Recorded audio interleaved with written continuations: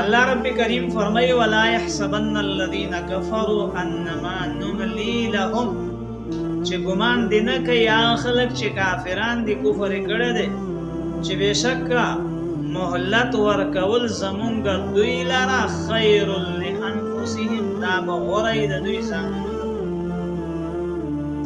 کافرو ته رټنه ده او مؤمنانو مسلمانانو په ذهنونو کې راتلونکي یو څو اشکالونو جوابونه. عام طور د مسلمانانو په ذهن کې دا یو خیال دا کم علمي د وجه ناراضي چیرې دا کافر چې دی دوی ته چې الله رب العزت دومره اوږده عمرونه ورکړ دي او صحتونه ورکړ دي او مال او دولت ورکړ دي او دوی په دنیا کې مزې کوي او چرچې کوي، نو دا د دوی د خوش نصیبی او د کامیابی علامه ده. دا د دوی د خوش نصیبی او د کامیابی علامه ده.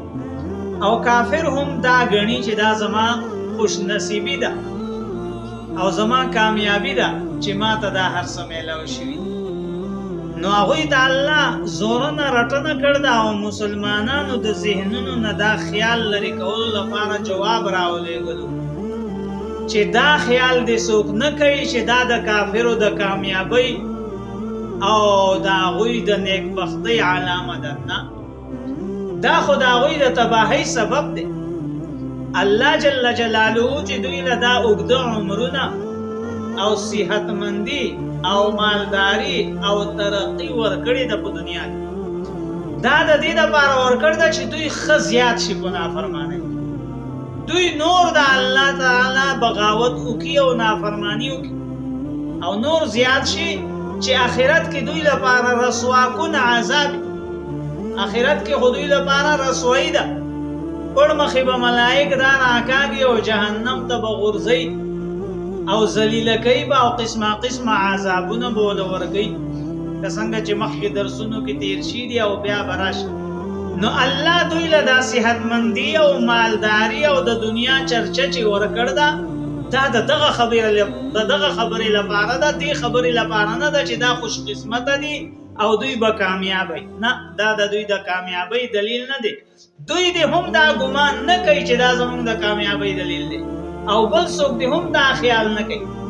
مخې ته به راشي الله جل جلاله فرمایي فلا یغررک تقلبهم فی البلاد، چې د قرآن اوریدونکي د دوی په دې کلو کې داسې ټاټ باټ ګرځېدل دا چېرته تا دھوکه نه کړي، ته په دې دھوکه کې لاړ نه شي چې دا ښه خلک دی او دا نیکبخته دي او دا چې دی نو کامیابه دي. نه، دا د دوی د تباهۍ ذریعه ده، د دوی د بربادۍ ذریعه ده.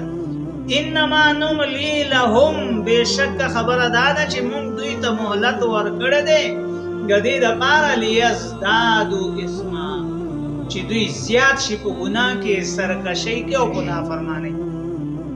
او دا دقه وجه ده چې موږ وینو چې کافر چې دی نو هغه خوشحاله ټاټ باټ او ټولو کې زیات په دنیا کې کافر او مالدار چې دی نو کافر او د ملکونه د هغوی په ترقۍ. دې کې دقه راز دی د الله جل جلاله چې دنیا کې دوی ته مهلت ورکړ دی او آخرت د دوی تباه دی او برباد. نبی کریم صلی الله علیه وسلم نه تپوس وشو چې غوره بني آدم کوم؟ پیغمبر علیه السلام فرمایل طوال عمره وحسن عمله، زیات عمر ولا الله ورکړی او نیک عملونه یې چې دي نو هغه دې کوي، عمل یې ښایسته دی، عمر ولا خدای زیات ورکړ دی، نو پوه شه چې دا بني آدم دا نیکبخته دی او دی کامیاب دی چې ایمان یې پکې ده. کاسې کافر هم ډېر ښایسته کارونه کوي نو د هغه ښایسته کارونو اعتبار نشته. وی بد سړی ټولو کې څوک دی؟ وی بد په ټولو کې هغه دی طال عمره وساء عمله، عمر یې زیات دی، عمر ولا خدای ډېر ورکړ دی، خو عملونه یې بد، کارونه یې بد. نو کافر ته الله دنیا کې عمر زیات ورکړی، صحت ورکړی، مالداري ورکړی، ټاټ پاټ ګرځي خوشحاله، خو آخرت د دوی تباه دی او د دې دپاره الله ولا ورکړ دی چېرې دوی نور په الله نافرمانۍ کې زیات شي.